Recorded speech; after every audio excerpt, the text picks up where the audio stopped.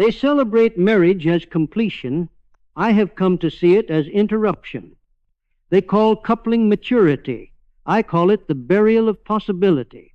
Society presents its most sacred institution as life's culmination. Yet observe closely and you'll see the pattern. At 25, burning with questions and dangerous becoming. At 30, settle down, that downward motion disguised as ascent. At 40, wondering what happened to all those dreams. This is not accidental variation, but systematic domestication, the herd's method for taming spirits that might otherwise climb to heights the majority cannot imagine. The great paradox I shall reveal to you. What appears as deprivation, the refusal of partnership, the choice of solitude, is actually preparation for relationship of a higher order. But first, you must develop something worth sharing. Must become full before you can give from fullness rather than trade lacks. This requires the one thing marriage makes impossible: extended, uninterrupted solitude, wherein you might hear your own voice above the din of others' expectations. I do not write for those seeking comfort in numbers. I write for the rare individual who suspects that the path to self-becoming winds through territories no companion can traverse beside them. Listen to how people speak of love. My other half. You complete me. I am nothing without you. Do you hear what they confess? Not love, but bankruptcy. These are admissions that one has declared their own existence insufficient, worthless without another. I observed a young scholar in Basel, newly engaged. He spoke constantly. She completes me. I am lost without her. Within 2 years, I watched him abandon promising philological studies for provincial teaching, his animated thinking replaced by weary administration. His language predicted his fate. When someone claims another completes them, they admit viewing themselves as incomplete. This is mathematical error disguised as romance. Adding two halves creates not wholeness, but mutual dependency. Two beggars pooling poverty do not thereby become rich. They remain beggars with additional burden of managing joint destitutions. Begin examining language, your own and others. Does one speak from overflow or from lack? This distinction reveals everything. When next you hear romantic declarations, translate literally, she completes me becomes I am incomplete alone. This brutal honesty reveals whether one approaches partnership from strength or weakness. If from weakness, no partnership can succeed two drowning people pulling each other under while calling it swimming. But weakness alone does not explain coupling's dominance. Society enforces it through machinery, more subtle than law, through shame and the weapon of pity. At Christmas dinner in Naumburg, my mother's sister cornered me. Friedrich, when will you marry? You're past 30. Something must be wrong. Her face showed concern, but I saw the machinery. Operating social enforcement, demanding I justify deviation. This interrogation occurs in every family. The unmarried person becomes object of pity and investigation. Why aren't you married? Masquerades as concern, but is demand for conformity. True concern asks, are you happy? False concern demands, why aren't you conforming?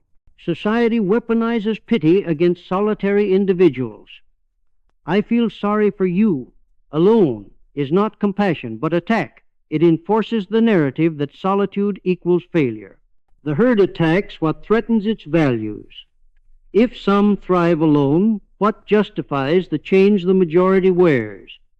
When facing such interrogations, recognize them. Enforcement machinery, not concern. Simply exist. When aunt asks, why no wife yet? Respond, I have chosen differently. Do not elaborate. Their discomfort with this non-response reveals the machinery's operation.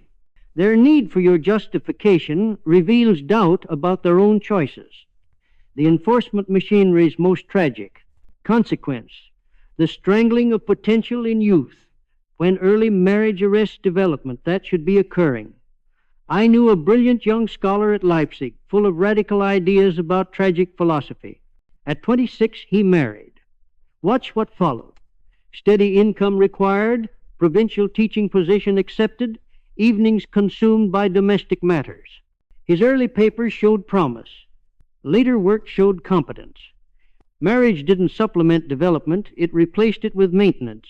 Ages 20 to 35 require maximum experimentation and self-discovery. This is when one should try everything, fail spectacularly, discover what one might become. Marriage during this window closes it permanently. People speak of settling down as if it were upward motion. But settling is definitionally downward, accepting less than one's potential, choosing comfort over becoming. If you are young, recognize your age as precious opportunity, not time to find someone. Your task is becoming, not coupling. Each year spent experimenting is investment in your highest possibility. If older, examine your past. What potential was sacrificed to early commitment? This painful honesty is clarity. Understanding what was lost helps you value what remains. Having seen what must be refused, ask what should be embraced. The answer requires understanding one crucial distinction the herd never grasps. Loneliness and solitude are opposites. After my romantic rejection in 1882, I experienced both in rapid succession. First, loneliness, desperate emptiness, inability to bear my own company, feeling I needed another to validate existence. Then solitude, emerged capacity to be present to myself, to find my own company sufficient. This transition marked my philosophical breakthrough. Loneliness is inability to bear one's own company, the feeling of incompleteness without others, a disease of weak spirits lacking inner richness. Solitude is capacity to be so fully present to oneself that no company is needed. The diagnostic test. Loneliness feels like hunger. A lack, an emptiness you rush to fill. Solitude feels like satiation, a fullness, contentment with one's own presence. Next time you're alone and feel discomfort, diagnose precisely. Is it loneliness, empty hunger for others, or the difficult work of confronting yourself? If loneliness, the solution is not finding company, but building internal resources. If solitude's difficulty, persist, you're doing necessary work. Different problems require different solutions. But what is this solitude precisely? Not absence of relationship, but its most profound form, the relationship with oneself. In my rooms at Sils Maria, 6,000 feet above sea level, I spent months with only myself, initially unbearable, confronting my vanities, weaknesses, contradictions without ability to hide. But gradually, this honest confrontation became productive. I developed capacity to be simultaneously subject and object, observer, and observed. In solitude, you cannot perform, cannot present curated versions of yourself. With yourself alone, no performance is possible. This forced honesty, though uncomfortable, enables genuine transformation. You cannot change what you refuse to see. This relationship is more demanding than any partnership. With others, you can lie, perform, hide behind their image of you, but alone with yourself, all pretense collapses. You face what you actually are and must build what you might become. Begin practicing self-relationship deliberately. Each evening, spend 30 minutes in self-interrogation. Why did I act thus today? What assumptions guided my choices? What did I avoid seeing about myself? Write these inquiries and responses. This develops the double perspective, simultaneously experiencing and observing yourself.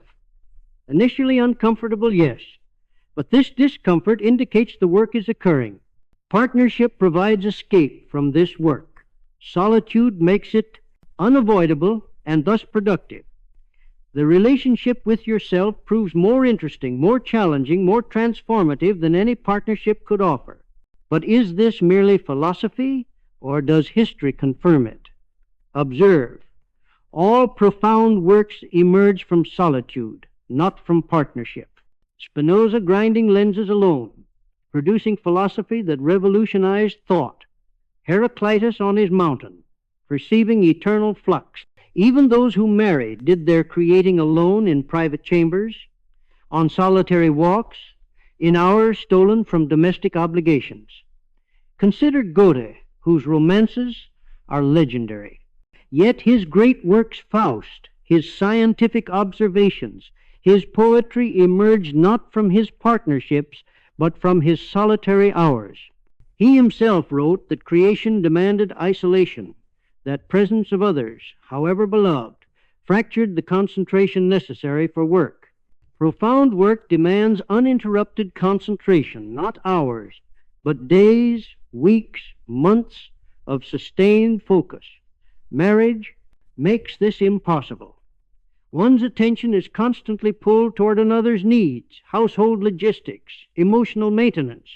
These interruptions seem small, but are fatal to depth. Examine any great philosopher, artist, or thinker. Identify where their breakthrough work occurred, in domestic settings or in solitude. You'll find consistent pattern. Creation requires isolation. Partnership may provide comfort, but rarely produces greatness. When tempted to believe you can have both partnership and creative greatness, examine history's evidence. List creators you most admire. Investigate their personal lives. Were their greatest works produced during married contentment or during solitude? The pattern is clear. Solitude is not optional, but necessary. Understanding what solitude is, face the practical question. Do you actually want partnership, or do you want the state of being partnered? I proposed twice to Lou Salome, not because I understood who she was, but because I desired what I imagined partnership would provide: validation, escape from isolation. Her rejection forced brutal self-examination. Did I want her or want to want someone? The honest answer, the latter, was devastating but liberating. Most who seek partnership don't want a specific person, they want the state of being coupled, the security it provides. The crucial diagnostic: ask, if this person were unavailable, would I quickly find another to pursue? If yes, you don't want them specifically, you want partnership as escape. Distinguish wanting from lack versus wanting from overflow. Lack wants another to fill emptiness, validate existence. Overflow wants to share abundance. The former produces dependence. The latter produces meeting of strengths. Before pursuing partnership, conduct this diagnostic. Write honestly. What do I hope partnership will provide?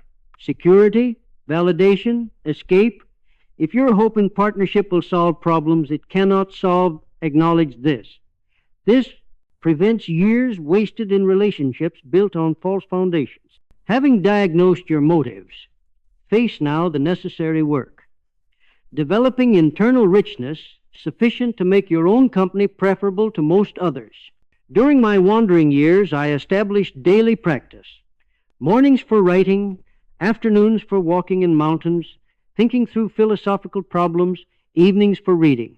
Initially, the hours felt empty, but gradually, as my thoughts deepened and work progressed, time alone became insufficient. I wanted more. I had built internal richness that made solitude desirable. Solitude requires developing sufficient internal resources that you become interesting to yourself. Without this depth, aloneness remains loneliness. With it, aloneness becomes solitude. Establish non-negotiable daily practices. 2 hours writing, 2 hours studying, 2 hours walking while thinking. Consistency builds internal depth more than intensity. 1 hour daily for a year surpasses occasional 10-hour sessions in developing genuine richness. Develop capacity to create without immediate validation. Write for yourself. Think through problems completely. Build understanding that exists whether or not others recognize it. This independence from external validation is foundational to solitude. Beginning today, establish your daily practice, not when you have time, but scheduled as non-negotiable appointments with yourself. Morning, 2 hours creating. Afternoon, physical activity while mind processes. Evening, studying others' thoughts. This structure, maintained daily, gradually builds internal richness. Within months, you notice the transformation time alone becomes productive rather than empty. Your own company becomes genuinely interesting.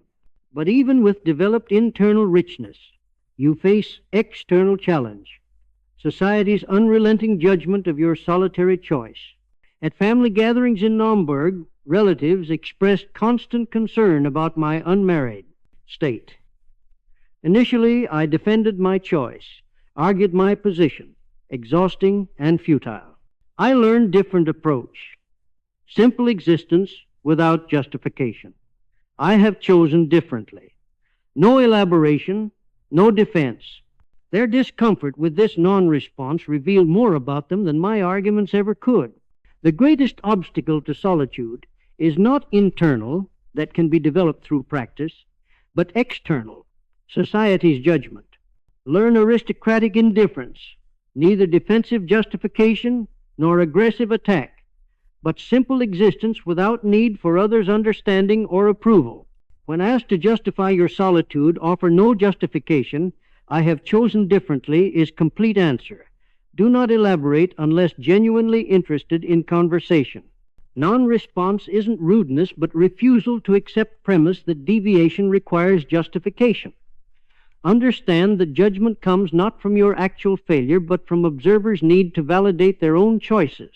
If you thrive alone, it threatens their narrative that partnership is necessary. Their attack reveals their fear, not your problem. Next social gathering where your solitude is questioned. Practice the non-response. Offer no justification, defense, or explanation. Notice how uncomfortable others become. This discomfort reveals the enforcement machinery's operation. Their need for your justification reveals their doubt about their own choices. Having learned the path to solitude, elevate now your perspective.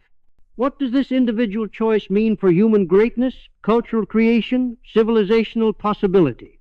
Marriage functions as society's primary domestication tool, the mechanism by which dangerous spirits are tamed into acceptable citizens.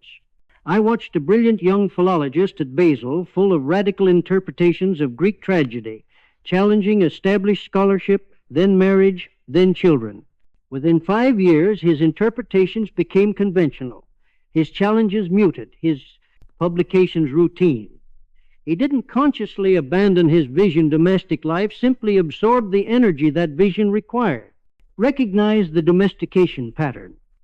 Young person develops dangerous ideas. Society pushes marriage. Domestic obligations require steady income and social respectability. Dangerous ideas become liability. Person gradually moderates thinking to maintain household stability. Revolutionary potential absorbed into domestic management. Pattern repeats across generations. If you possess dangerous ideas, revolutionary questions, radical potential, recognize marriage as threat to these, not supplement. Society offers partnership as reward for conforming. Refuse the bribe. Observe peers who married young.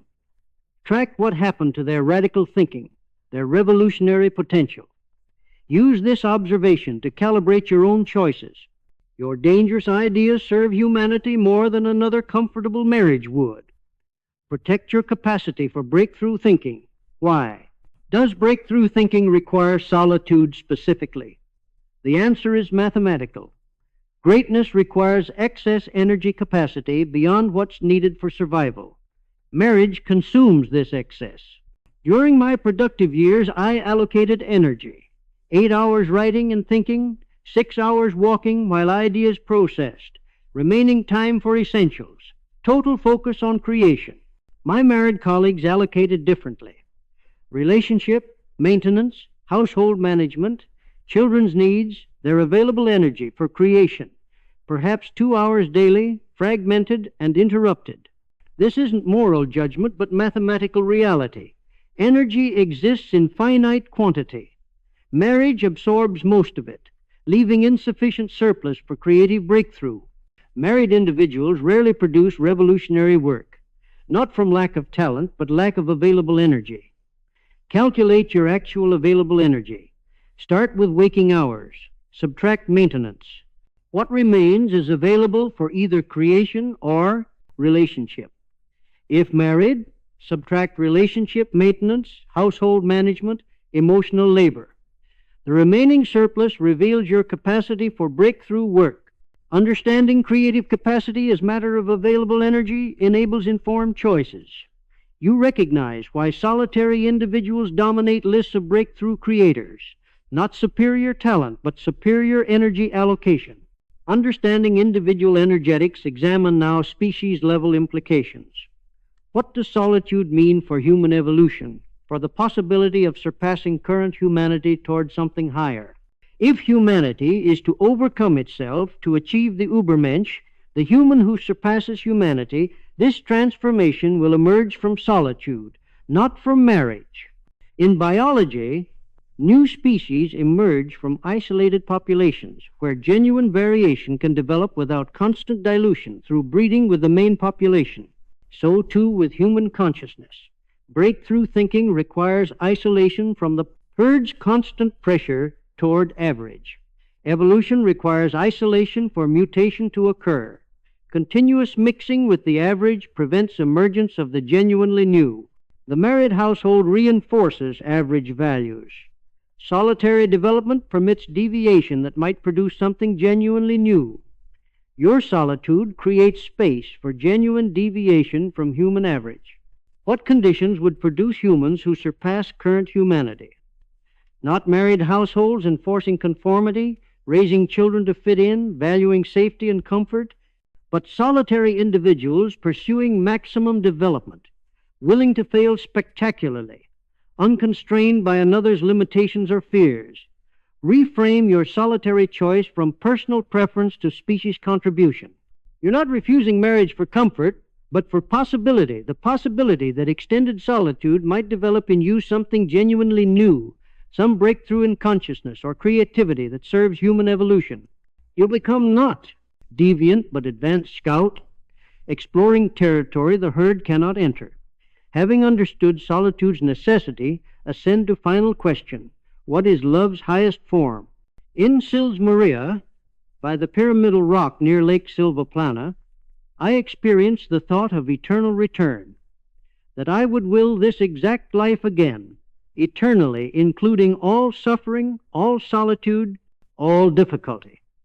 The yes to existence this requires. Love beyond need, beyond dependence, beyond requiring another. Love of existence itself. Romantic love, as currently conceived, is love's weakest form. Two people who need each other, who depend on reciprocity for meaning.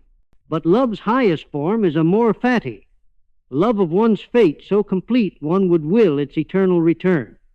This love requires no object but existence itself. The love hierarchy. Needy love ranks lowest, mutual weakness masquerading as devotion. Appreciative love ranks higher, meeting from completeness. Amor fati ranks highest, love of existence so powerful that one needs no object, no validation. Practice affirming existence without requiring partnership to justify it. Each morning, state, I affirm this existence exactly as it is. Find what deserves affirmation beyond romantic validation.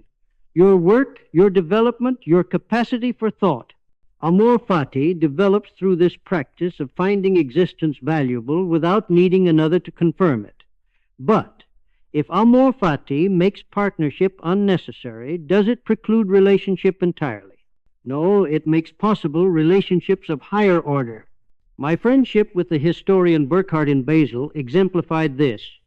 Two complete individuals who met regularly for conversation, shared intellectual territory, but maintained separate existences. Neither needed the other. Both valued the encounter. When we met, it was enrichment, not completion. When we parted, neither felt diminished. Once you've developed completeness through solitude, a different form of relationship becomes possible. Meeting as sovereign entities, each complete in themselves, choosing to share time and thought without surrendering autonomy. Distinguish entanglement from encounter.